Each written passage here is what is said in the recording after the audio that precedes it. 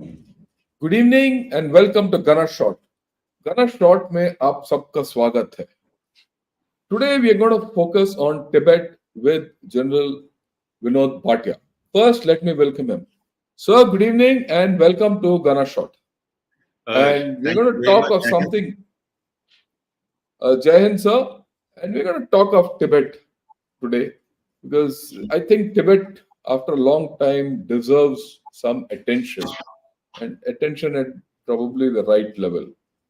Uh, what I'd like to tell everyone is recently China came out with the thing that they're going to contest the reincarnation of Dalai Lama, and they want to nominate a Dalai Lama of their choice.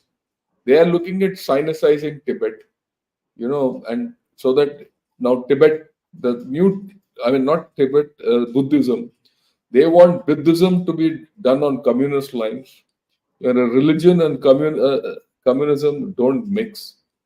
There are going to be problems. We still know that the Central Tibetan Authority functions from, it's a government in exile really, functions from Dharamsala. There is discontent in Tibet. But at the same time, for China also it's a matter of life and death. Let me put that in context first. We have to understand that all the waters of China start from Tibet, whether the two major rivers, the Yellow River of Hangui and Yangtze. And if that is not there, China will be at problems. As it is, China is facing severe climate change issues. There's expanding desertification out there. Food security is a problem out there.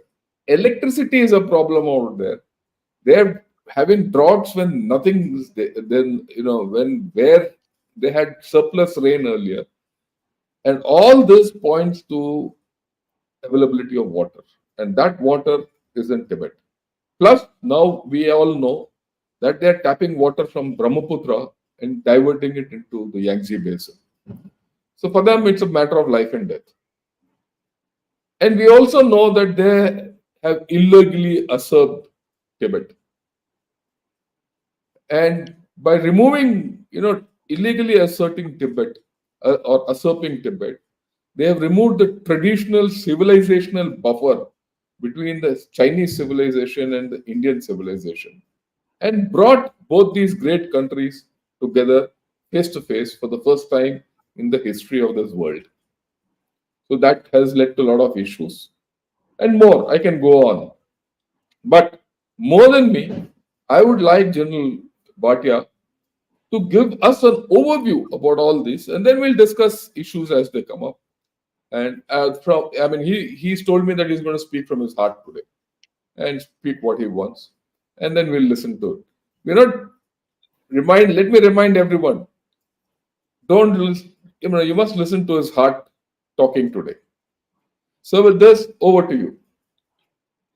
Okay, well, thank you very much. Always a pleasure and a learning experience to be on Gunner Shot. I actually enjoy the way you conduct it, and I enjoy the audience interaction. Audience both अच्छे हैं, and that is what it's a learning experience.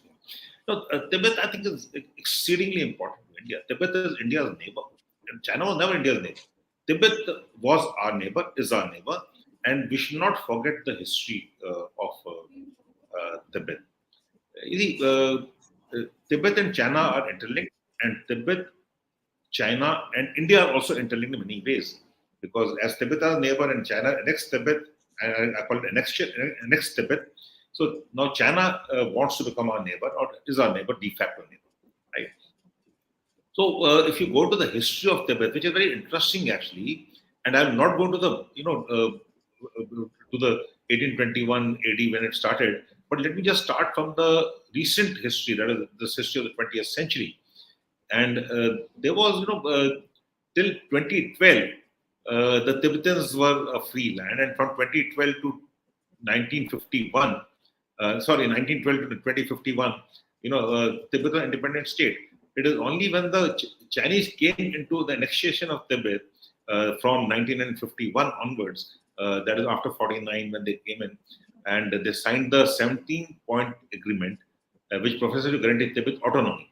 Now, it professes to guarantee Tibet autonomy and to respect the Buddhist religion, but also allows the establishment of Chinese civil and military headquarters in Assam. So the trade-off was that the 17-point agreement was that the Buddhist religion will be accepted, Tibetans will be given their due autonomy, and the Chinese civil and military headquarters will be at Assam. And however, the Tibetan people consider this treaty as totally invalid, and this is described in the Tibetan people, and the third-party commentators say it's a cultural genocide. No, it is a cultural genocide. That means what China wants to do is uh, finish off the culture of Tibet and fully integrate it into China. Now, what China does is basically, the stages, the China strategy, and we have to understand the China strategy to defeat China.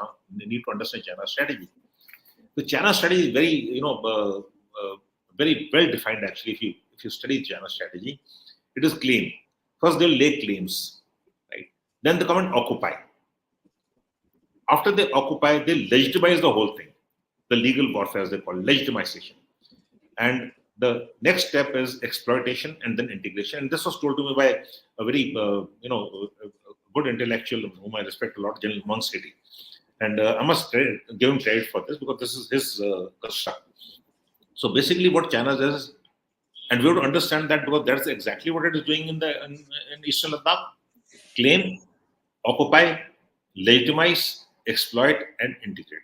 So these are the stages which China has done, and Tibet today is basically into the, like you rightly said, into the Chinese culture, Sinization of Tibet, and Tibetans are actually resisting it.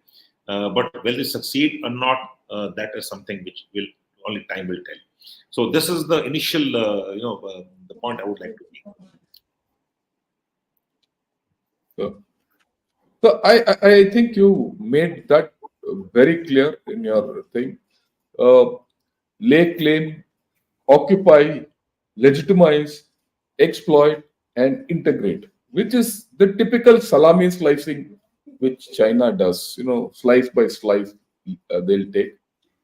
And now Tibet is at the integration stage, right? So that's the importance for China.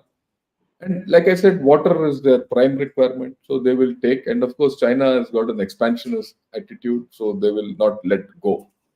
What I'll do, sir, is I'll also mention something which we often talk of, but we rarely, focus on, and that is this. This, 1 minute. Yeah, Mao's five-hand theory or the palm. Where they say Tibet is the palm of, was the palm of a hand, and his five fingers were Eastern Ladakh, Nepal, Sikkim, Bhutan, and Arunachal Pradesh. Now, in this, if you see, having had Tibet now for almost a century, they're looking at integrating their fingers also into their whole story, right? So this is something which is a long-term project which we need to understand. If they succeed in any of this, we are at risk. Or territorial integrity and sovereignty is risk. Now, in between this is the Tibet problem. I also heard one Tibetan say, very erudite statement, Tibet के आजादी में ही भारत का सुरक्षा है.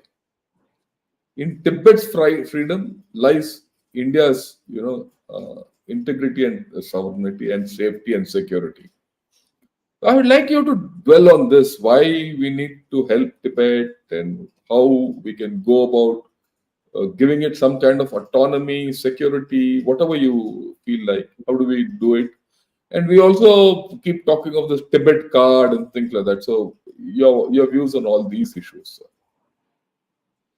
Yeah, thank you. I think what the Tibetan said is, in a way, very right. Because Tibetans are, with Tibet, we got the three C's connect. That is the culture, commerce, and connectivity. It goes back, Centuries. couple of thousand years. Yeah, centuries. So that way, yes. But, I would also say Tibet today is, one should look at realities today. And the realities may change tomorrow. I'm not saying it will not change. But the realities today are that China is integrating Tibet, like you rightly said. And we have in 2003 recognized Tibet as, we have endorsed the One China policy of Tibet in 2003. Right. So that is how, if you look at 2003 or before 2003, we used to always call it the Indo-Tibetan border, right? It was always TAR, Indo-Tibetan border. But 2004 onward, we started calling it India-China border, and then we had the 2005 ICBRs, India-China border roads. So things started changing after that. Today, all of us, out of usage, accepted that it is India-China border, which is not so actually. It is Indo-Tibetan border. Tibetan border. There are 14 agreements, right? And the most famous 1914 Shimla Agreement, actually, which we call the McMahon Line, and but it should not be why McMahon Line. It should be McMahon Shatra Line. Where Shatra was a Tibetan representative who signed that, right? So that is not that by McMahon. McMahon is one party. The other party is the Tibetan party. So we also go, historically not very correct in many ways, and legally also that's a line which Tibet always should take. But however, in between, what has happened is even His Holiness Dalai Lama has accepted that a free Tibet would be a difficult proposition, and there's a free Tibet movement among the students. It's been kept alive because the Tibetans are very a great people actually. They have integrated so well, assimilated so well into the Indian society. Have you ever heard of Tibetan riots, Tibetan law and order problems, Tibetan, anything about Tibet? No, they integrate so very well, and they are their business community. They have a business sense, and they still maintain contact with Tibetans in Tibet. That is a big asset which we need to see, and we should look at Tibet from the prism of the people of Tibet, their aspirations, the rightful aspirations. Right? And what you also said was that Tibet is sensitive. It is strategic sensitivity of China. And it is not only Tibet, it is the three T's. Tibet, Taiwan, and Turkmenistan. The three T's. Right? So that is China's sensitivity, strategic sensitivity. And we should keep that alive. In 2008, during the Beijing Olympics, when the torch was to pass through Delhi, the Indian ambassador in Beijing was called at 2 o'clock at night and saying, "We don't want any Tibetan protests in Delhi." So that is their sensitivity, because some of they know that what they've done is morally wrong, and it is our obligation as a responsible nation, and that's what we have done. And no other nation has done that, including the Americans. The US has not done it. The government in exile has been in India since 1959. Okay, so that is what we have. We have given the support to Tibet. It's not that, and China has not liked it, but that's what China is. But we have a moral obligation to the people of Tibet, and that is how Indo-Tibet relations have grown over the years, and they have assimilated with the Indian culture, with the Indian people, and we respect them. They respect us. These are the facts. And what you rightly said is Tibet is important to China. The five fingers, Eastern Ladakh or Aksai Chin area, Nepal. China expansion is, it expands. It is taken. If you look at China, and it's a very interesting one. I like to take a few minutes on that. China talks of 6 wars. Okay, it is very easy for us to say, we have a 2-front war, but China has a 6-front war. And I will name the 6th front. This is from a Chinese. It is not a US Western construct. This is from the Chinese media, right?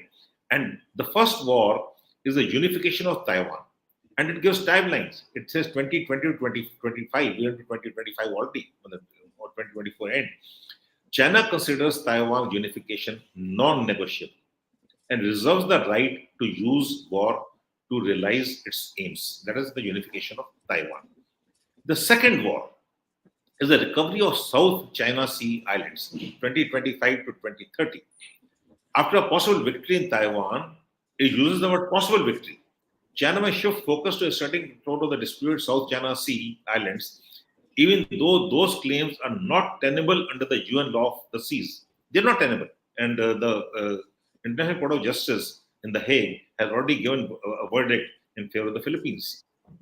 And the third war is what we should actually, note very categorically, is a reconquest. It's a reconquest, okay, not conquest. Reconquest of southern Tibet. That's the word used. And the timeline given is 2035 to 2040. And what is South Tibet? It is Arunachal Pradesh, which China claims 70,000 square kilometers of Arunachal Pradesh, which China, they call it South Tibet actually, and remains a contested area.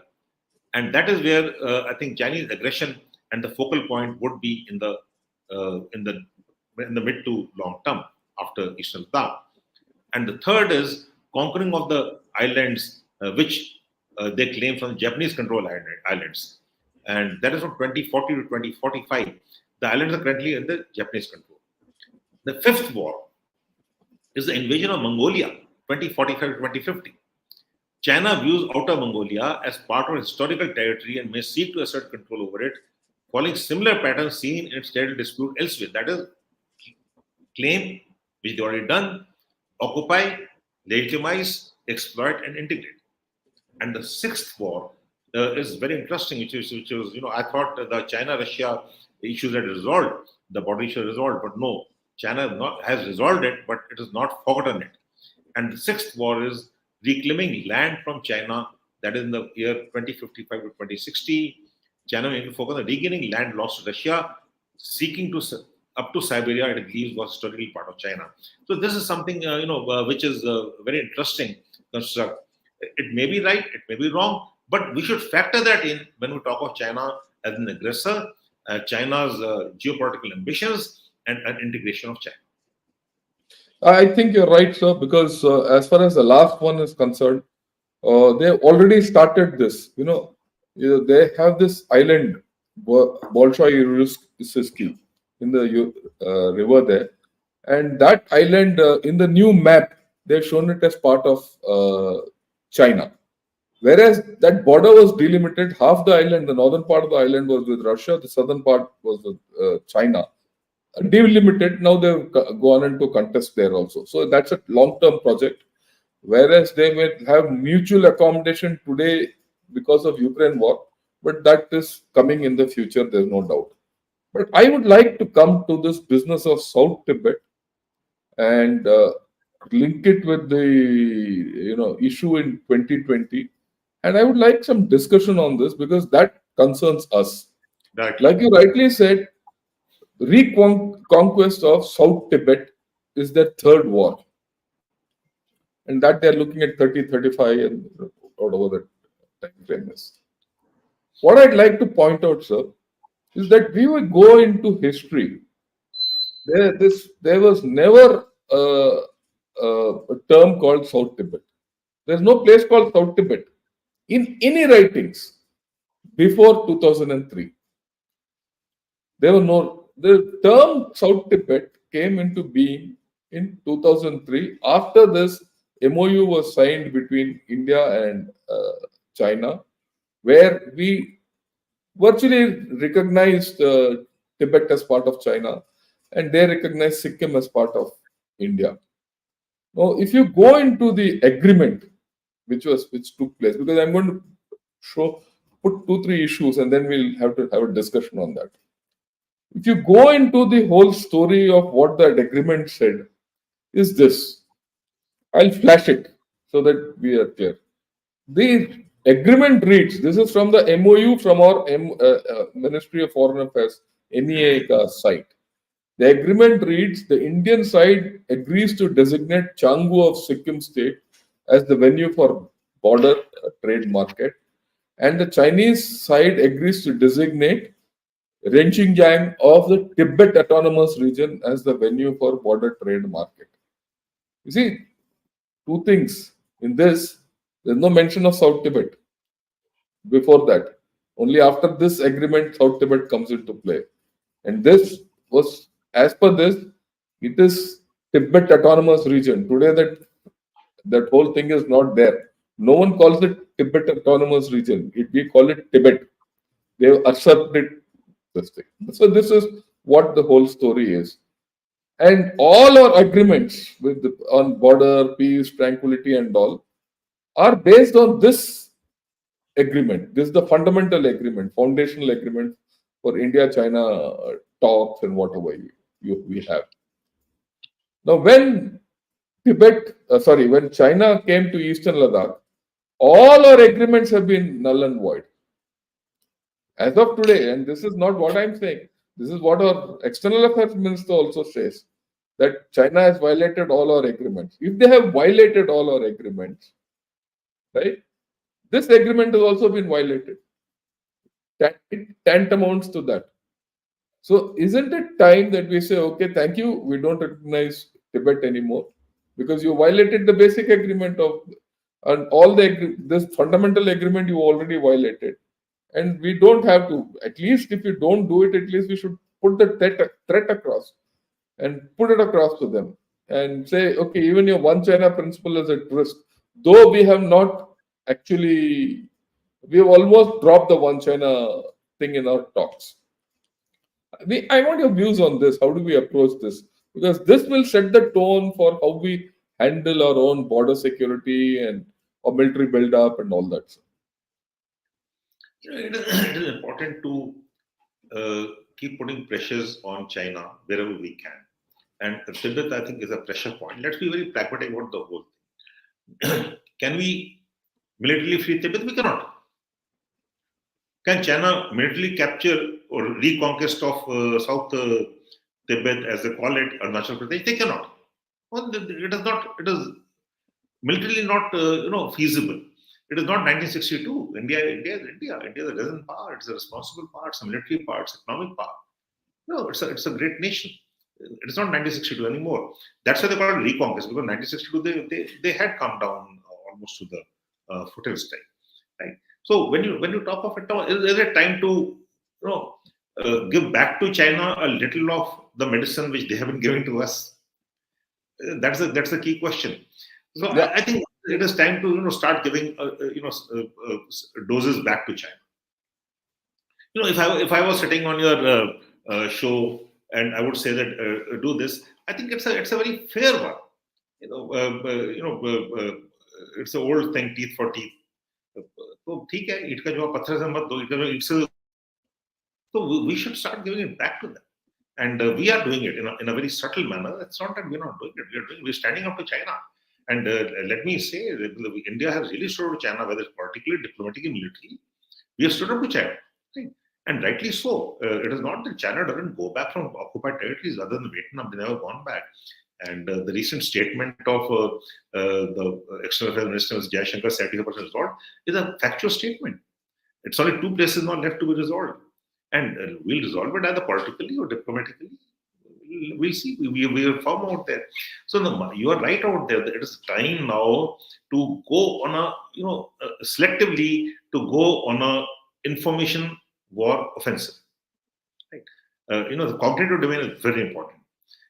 We should start talking of supporting the cause of Tibet, a free Tibet movement, and Tibetans are Tibetans. They have the freedom to do what they want to do, actually.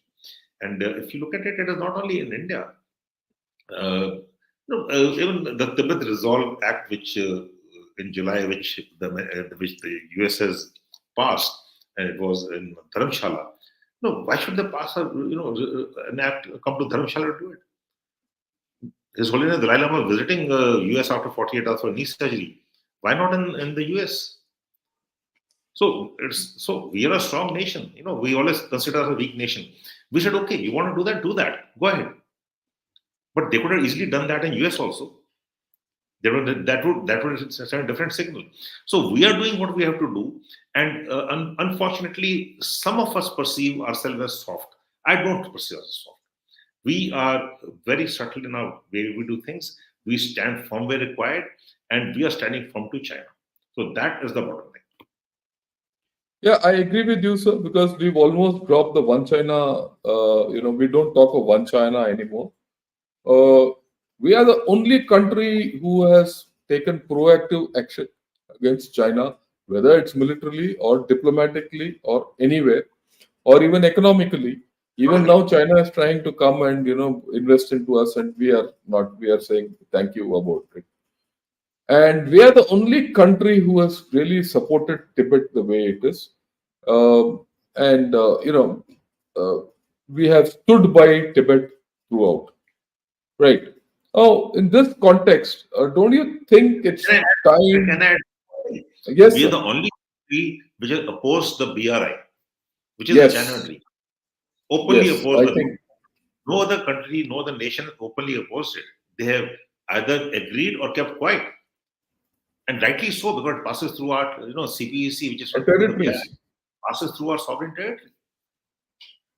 So we have taken unprecedented steps. In fact, sir, let me put it this way: we banned TikTok overnight. USA has been trying to ban TikTok for the past 4 years, and they have not banned it. That's the difference, right? Now, having said that, now we have started giving back doses to China. All that we have said.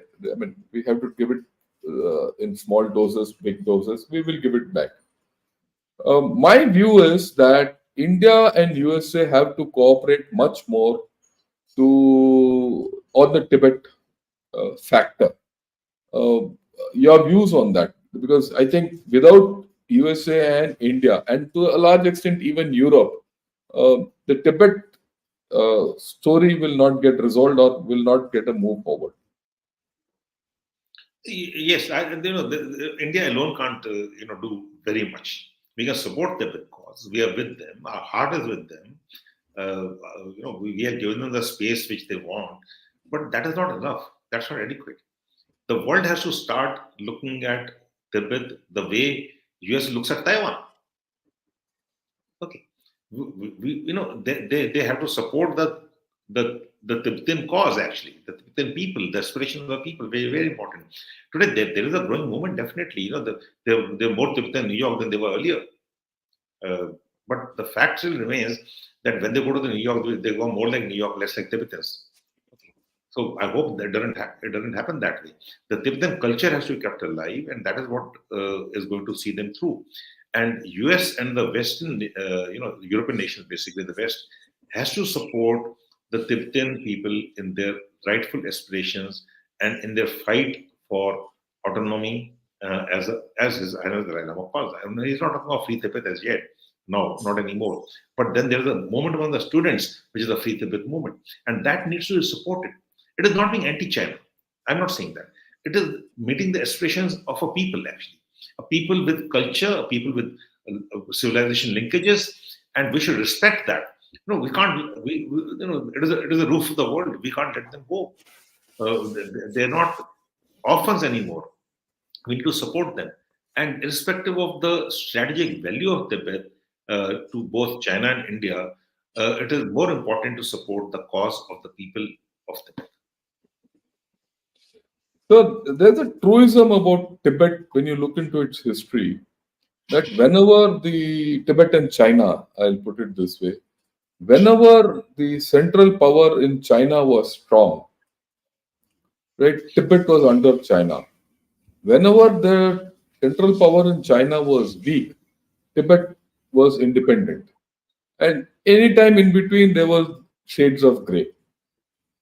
Now, okay, fine. In the last few decades, China was very strong, especially around the Beijing Olympics and all. Beijing Olympics was considered a coming out party for China, and the Tibet movement was completely crushed. But China is weakening. Its demographics are going down. Economy is going down. Its military has problems, and they have internal problems also. And there are a lot of talks of peaking power. It's a economy, a country in decline, all that.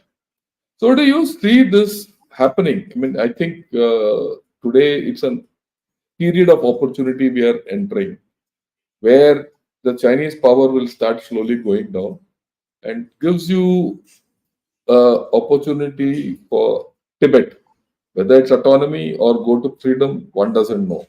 Do you see that happening, or do you see that, and how do we help that whole process? This is the critical question. This is a key question. Uh, there are two parts to it.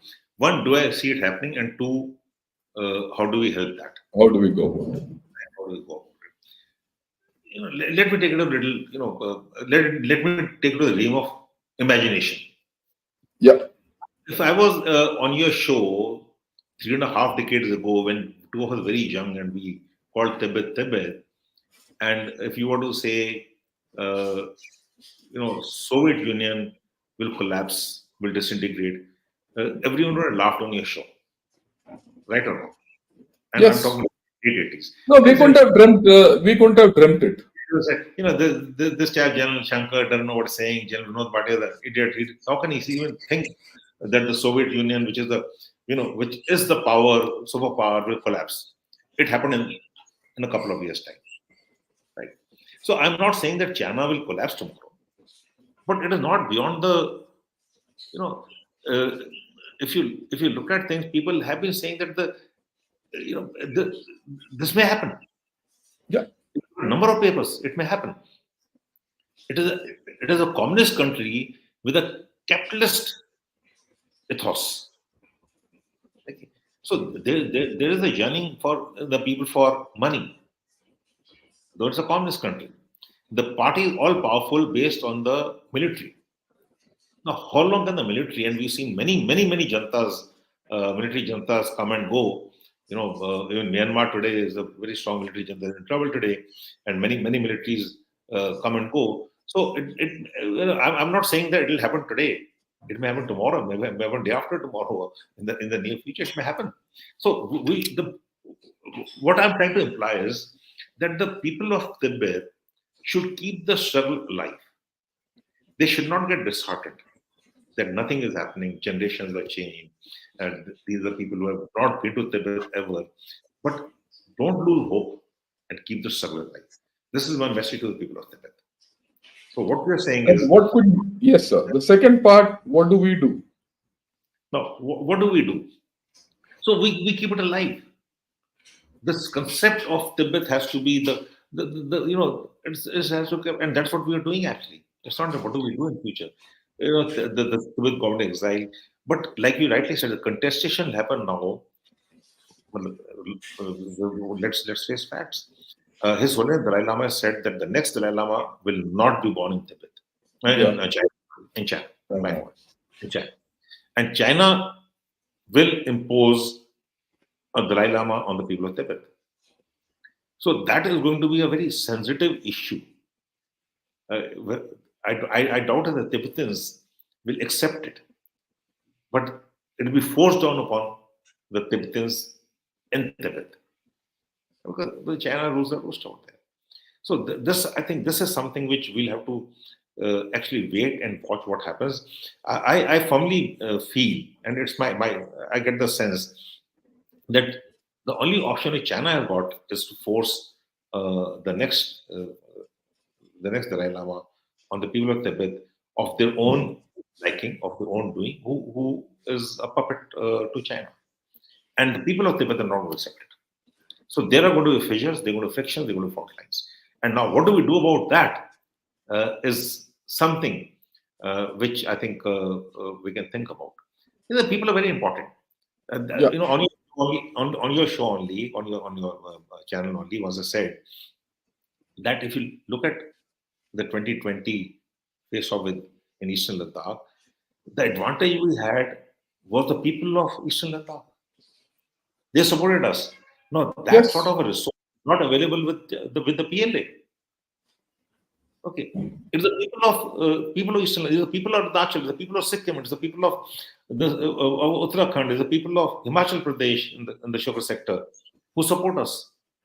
Without that, I think we'll be nowhere. So what China is now doing is building a great wall of villages, right? But they're putting people who are not sons of the soil. So how will they adapt? What will they do out there? So that has to be seen. So our support has to be for the people, and people-centric approach is a very good approach. So I think you actually opened up a very interesting thing.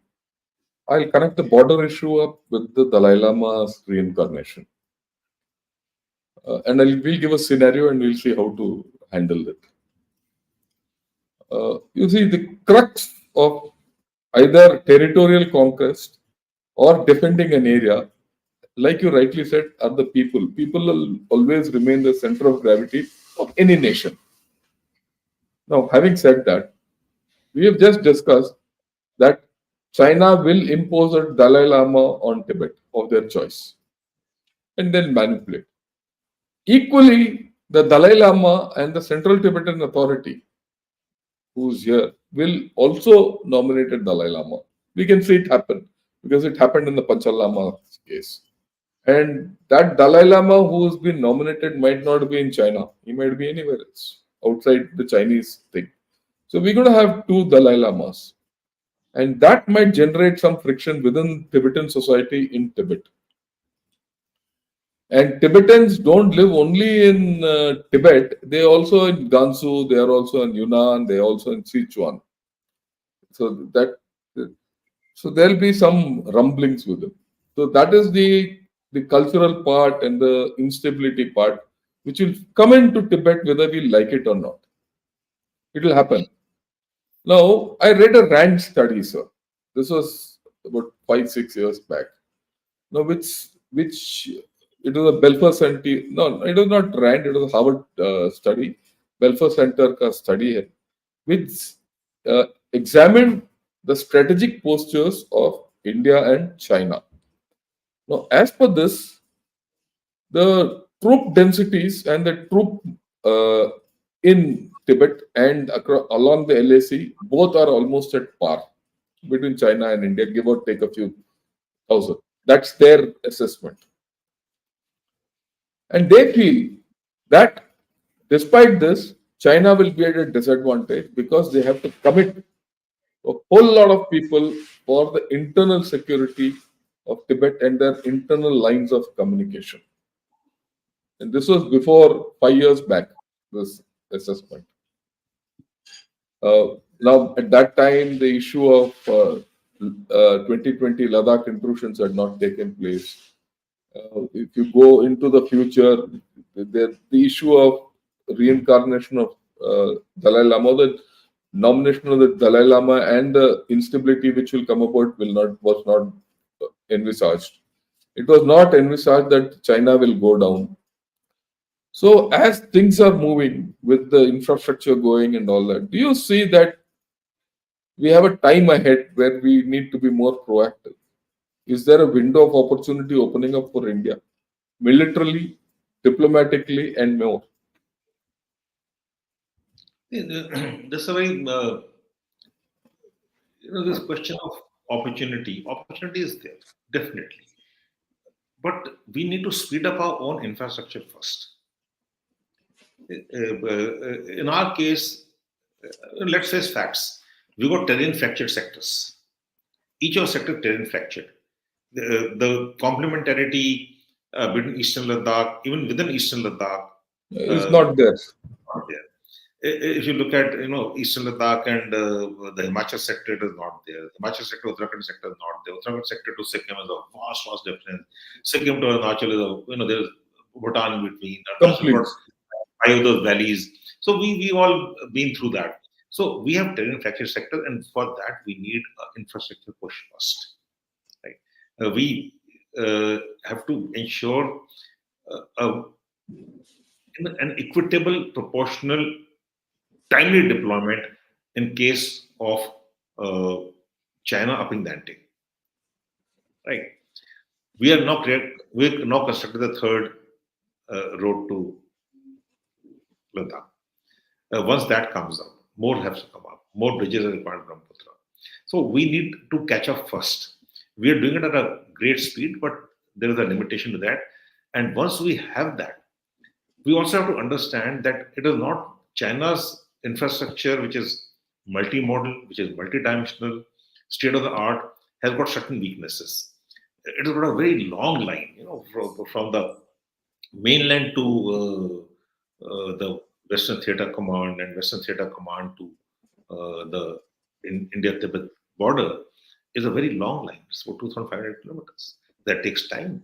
And those are plateau, but that plateau is a harsh plateau through the border. So we'll have to match that. But to match that, first we need infrastructure, and we need certain, you know, uh, like I keep saying, we have to purchase peace through preparedness. I repeat, the purchase peace through preparedness. So we'll have to invest more in defense.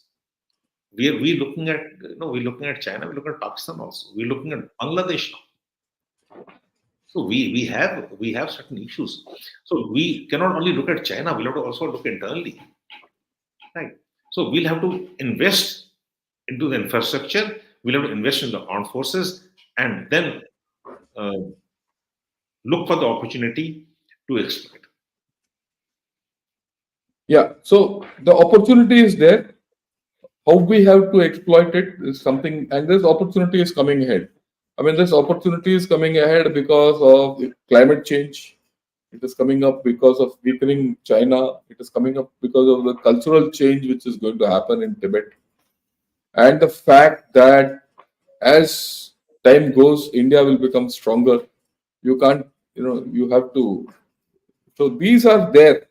And I mean, this is my view, sir. In the next one decade, maybe when we talk of this, even 5 years ahead, we are going to see a change, a great change. In fact, my assessment, my personal assessment is that in 5 years, China will have to completely internalize because their demographic issues will show up in a big way.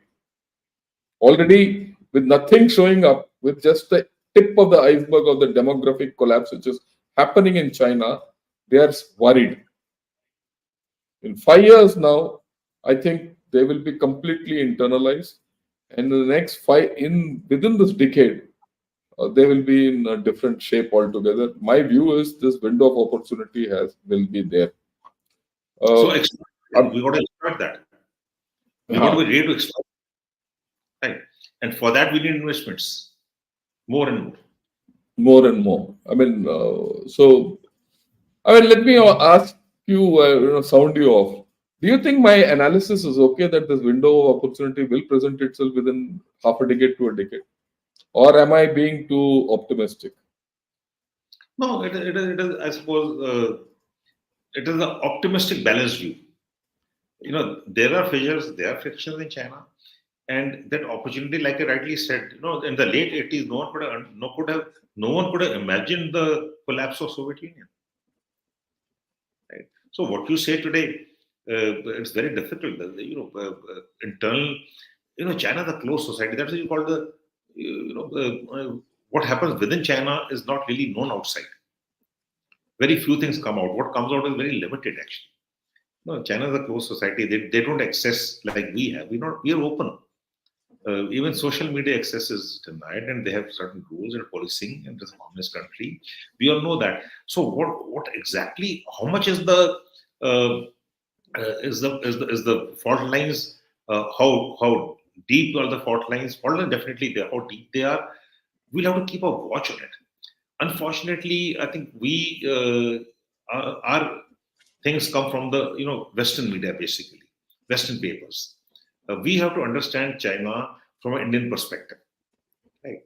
And when you look at China, like I said, 6 wars, and I repeat that we always talk of 2.5 front wars for India, but we should also look at China is vulnerable in many fronts, multiple fronts. So what you say is opportunity. So we have the opportunity. I will not say it's a military opportunity, but as a nation we have opportunity, and that we should be ready to exploit. And come back to the what we discussed, the 4D strategy on your channel, Yeah, we did with that, sir. right? And that holds good. The 4D strategy is excellent strategy. Defend the LAC, dominate the lines of communication, the sea lines of communication, the sea lines of this thing, the choke point especially, and depth diplomacy, bind to balance with the nations which have conflicts of interest and deny space in the South Asia region. So that we'll have to keep doing, and once we keep doing that, and the opportunity comes, exploit it. Yeah. So the 4D strategy is important. I'd like to tell all our viewers that General Bhatia and I have done a video on the 4D strategy which we have to adopt against China.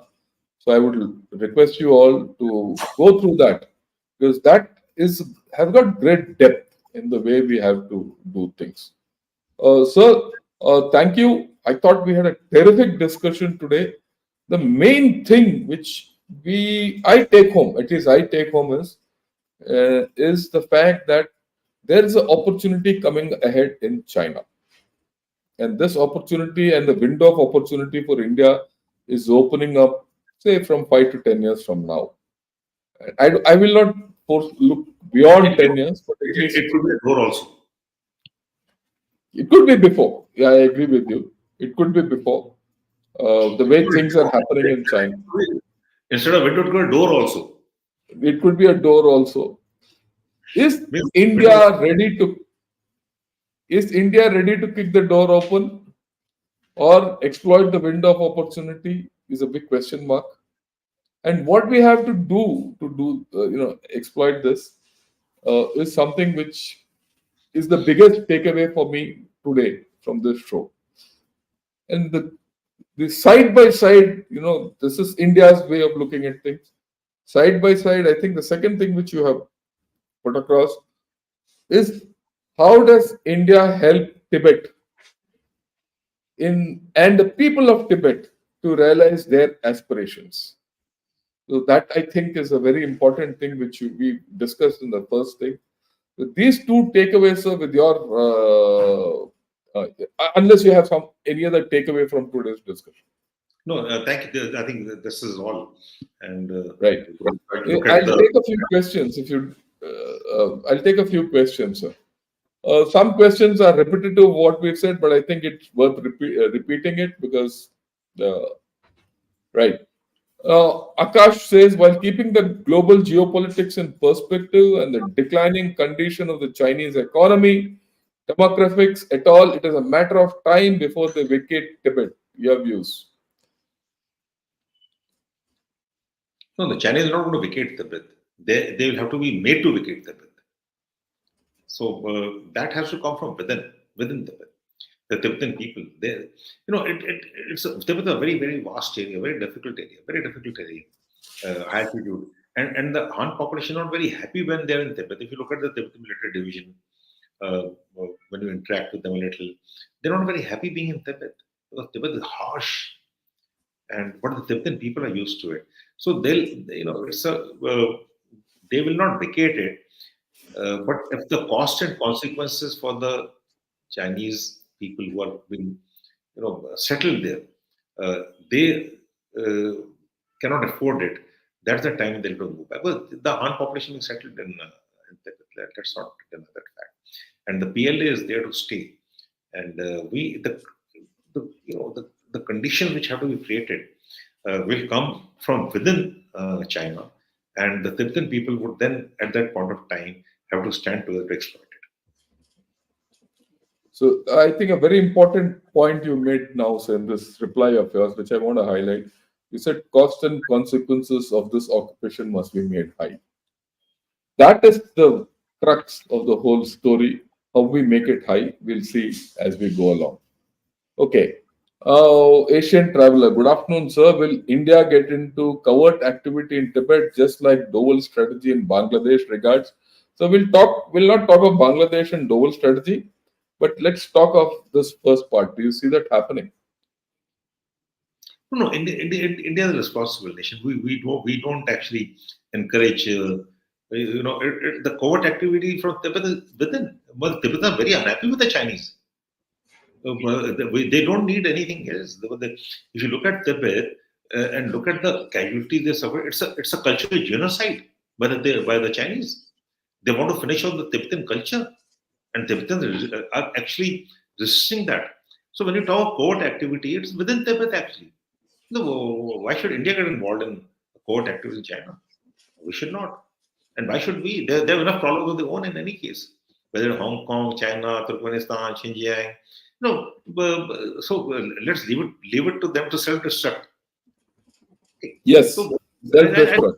don't think we should be. We're responsible. We don't get involved in covert activities and terrorist activities. Oh, sorry, it's not an India policy. India policy is very simple. We don't interfere with the uh, within sovereign nations. Actually, we support Tibetan cause because that's a just cause. There's a just and Belem out there. But that does not mean that we will encourage covert activity. We don't need to encourage. The Tibetan uprising is already there. So that is what it Yeah. is. Okay. Shailendra Gaur, he says, Jai Hind, General Bhatia and Shankar wishes to every viewer. Thanks a lot. Our best wishes to you also, Shailendra. I just thought we'll put it up because he's made it 2, 3 times. Uh, okay. Oh, well, take this because Amitesh has a slant which, it goes at a tangent, but I'll still take it. He says General G.D. Bakshi always talks about manpower in Indian Army. Is it a problem we need to look for in a two-front war? Definitely, definitely. Let's not deny factual positions. Technology is very good. Technology is a force multiplier, but a force multiplier multiplies forces. You need manpower to man technology, to repair it, to man it. Technology is not a force substitutor, and we have manpower issues. Where's the doubt about it? Well, we because of COVID, we didn't recruit anyone for about 2.5, 3 years, and manpower in high altitude, especially, is uh, is really required. And when we talk about territorial integrity, it's the man on the ground. So territorial integrity is a must. So I agree with Jan Bakshi that manpower in the Indian Army is not a problem actually. It is just a temporary phase, and we'll get over it. Yeah. Sir, it's outrageous that our holy land, Kailash, is part of China, and we are even debating their narrative. Hinduism is the oldest religion, and Kailash has been our holy land for 10,000 plus years. Your views, sir? Kailash is Mount Kailash is Mount Kailash. We worship it, and but it is in Tibet. It is not in India. It's in Tibet, and we had very good relations with Tibet. And if we look at Tibet, even Buddhism went from India to Tibet.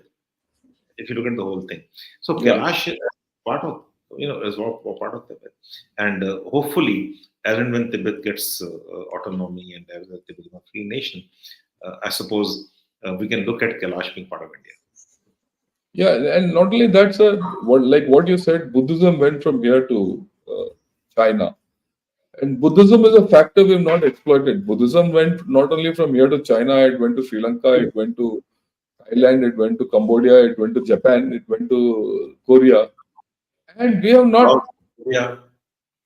yeah, and we have not utilized the religious and the political religious capital of which Buddhism offers to us. I think that is something which we need to look at, but that's for a different day, sir. Now, so this is for me. I'll take it on. Good evening, sirs. Good evening. Your show is good standard, but outreach is low. I don't know why. Moreover, I get notification of show late. Anurag, just let me know how do I increase my outreach. I'm more than prepared because I go on all social media and I would request all those of you who want notification. You have to press the right bell.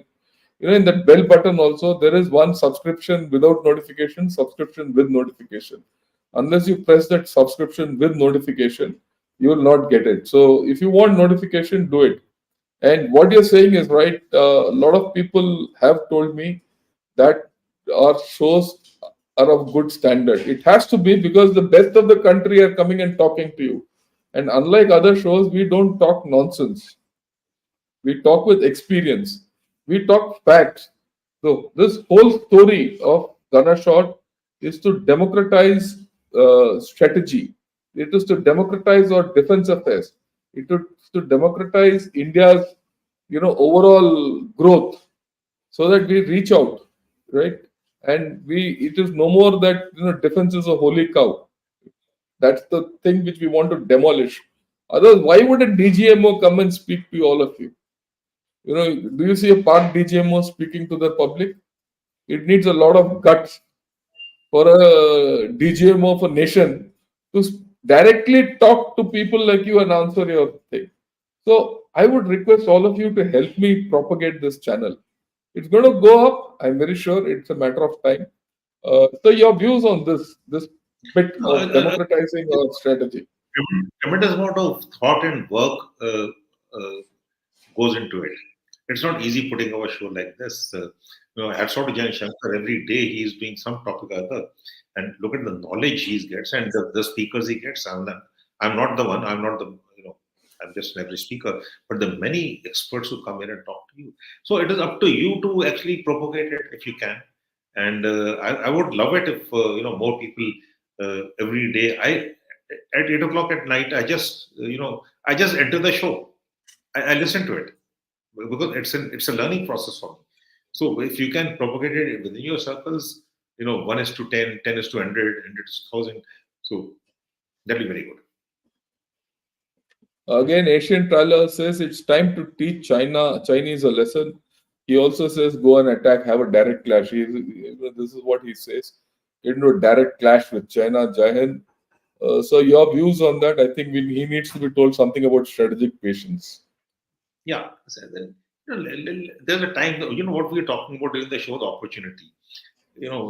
Window opportunity, as Jan Shankar put it, and I actually added on the door of opportunity if it comes. So let us wait for the right everything. There's a time for everything. We need to really build capabilities, and we need to enhance capacities, we enhance infrastructure. So the Atmanirbhar Bharat is still in the stage of optimizing. We're still moving to that direction. We cannot dependent on our partners, strategic partners. The US ambassador made a statement the other day in the USI saying strategy autonomy is a suspect. So it was telling India either you toe the line or you may not get what you want in the right time at the right place. So we have to become Atmanirbhar. We have some way to catch up. And once we are there, and we again, we are a global leader. We are a risen power. No doubt about it. But are we still at that level? And if we are there, uh, can we afford to go in at this point of time? I don't think so. Wait, patience is a great thing. And हम तो Indians हैं हमारा culture ही patience है. We are known for our patience, and rightly so. When we are youngsters, everyone said India will disintegrate. Every day, we used to read about India will disintegrate. Uh, it, India cannot survive. And look at us, we are the only ones who survived. And we continue to survive. So trust in yourself, believe in yourself. That's what I'm trying to say. Time will come. Okay. Sir, if there is a war in China's east, it will give us an opportunity to take back our captured territories and also take over entire Tibet to secure our water future. Will we take the opportunity? This is geopolitics. We'll have to see what the war entails and what is there in it for us. And two things. We are not expansionist power. Tibet will have to fight its own battle. We'll support Tibet definitely. That's clear. Uh, let's wait and see. This is a very difficult Yeah, question to I answer. think we need to wait. We need to wait and let me supplement what General Bhatia is saying. We need to see what's the nature of war in the east. And there's another factor which I read just the other day. There's an American view which is now solidified to say that China is already in a two-front situation. The idea is not to get into a war with China, but to contain it. If it is to contain it, China is already almost contained, right? Why disturb the equation? So they also don't want to get into a war, No reason to go to war with China. go to war with China. So let us see how it goes out. Yeah. Uh, yeah. So there are only a few roads in and out of Tibet. What happens if there is a sabotage on key infrastructures points? Please comment. Yeah, the Tibetans uprising, if it takes place, the infrastructure will get damaged, and if that gets damaged, there will be problems of the PLA and the Chinese PAB trying to control Tibet. Tibet is a very vast nation, like I said earlier, right? And the infrastructure in Tibet, some of it is very fragile. It's very vulnerable. Yeah. And Tibetan uprising is there. It has to come from within Tibet. But I don't see happening right now because Tibet comes from a very heavy hand. It's a very captive sort of a thing. Comes with a very heavy hand.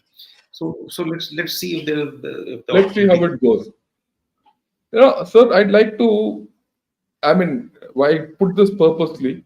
You answered this geopolitically and, from that geostrategically and culturally. Now, let me approach this whole problem from a scientific point of view.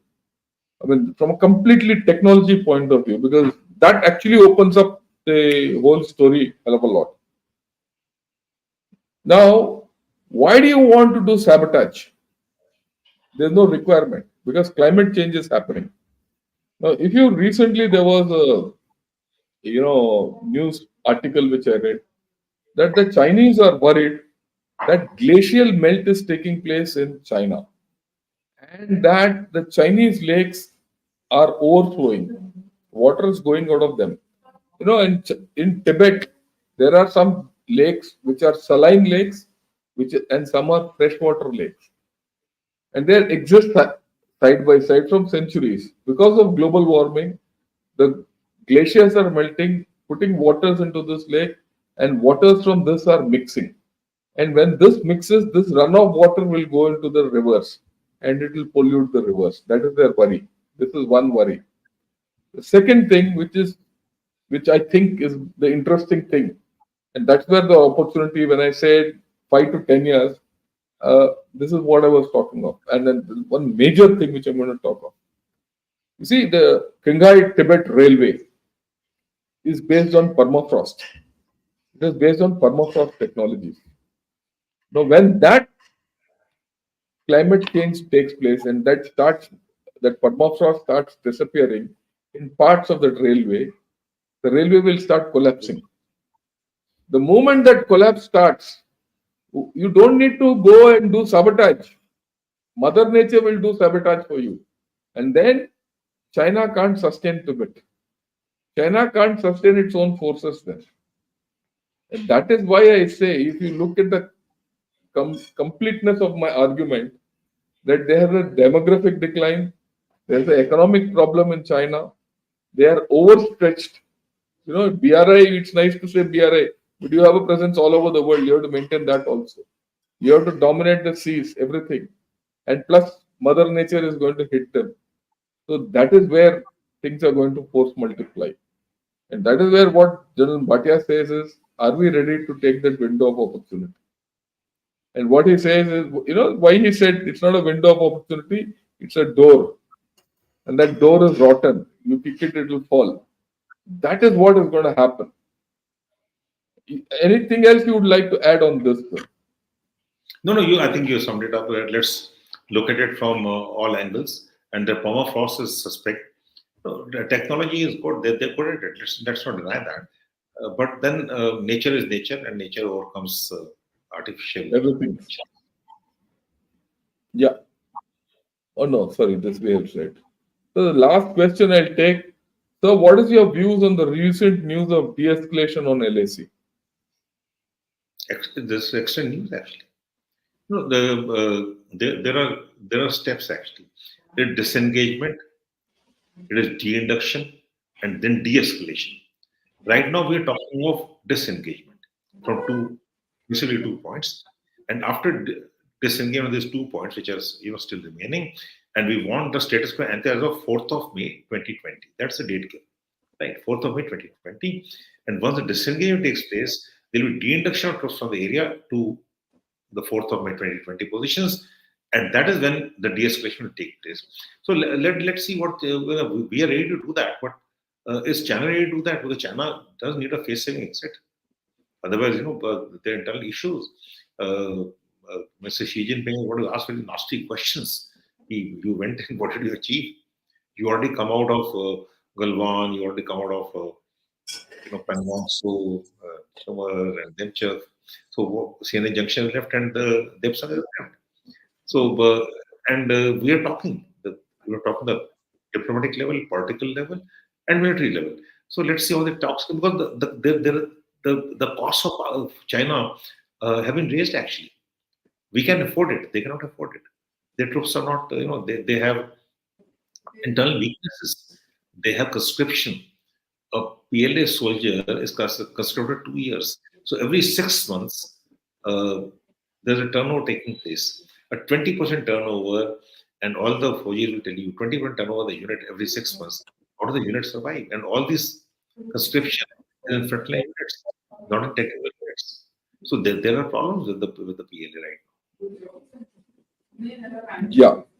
Uh, Arunachal says, we are in a sweet spot to not take on others' fights, but to focus on self development. That is one thing. Second question, he says, no adventurism, but clear focus on self defense and developmental interests.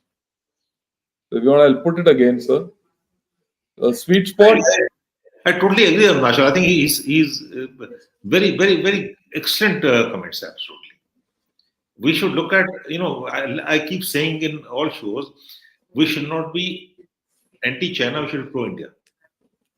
Okay, whatever issues we have China, let us solve it out, resolve it, and be very firm with them at a particular place. But let's not be, let's not let it not come into the way of economic development or other challenges and a well-being of people. So I agree with that totally. Yeah. So the last comment from Amitesh, Vinod Bhatia, sir, you are not well. Now you are fine and please take care. Yeah, we told the other day when you could come Very, very that you're not well. Very kind. So Very much. I'm very glad that you people are expressing good sentiments to him. He's been a great man. I've looked up to him for many things, and I keep calling him back for tough subjects. Yeah. Subjects which others don't dare to touch.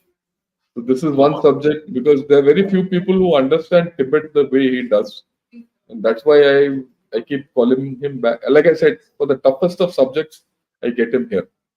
So thanks a lot. We've had a great thing. Your final comment, and then we'll close the shows.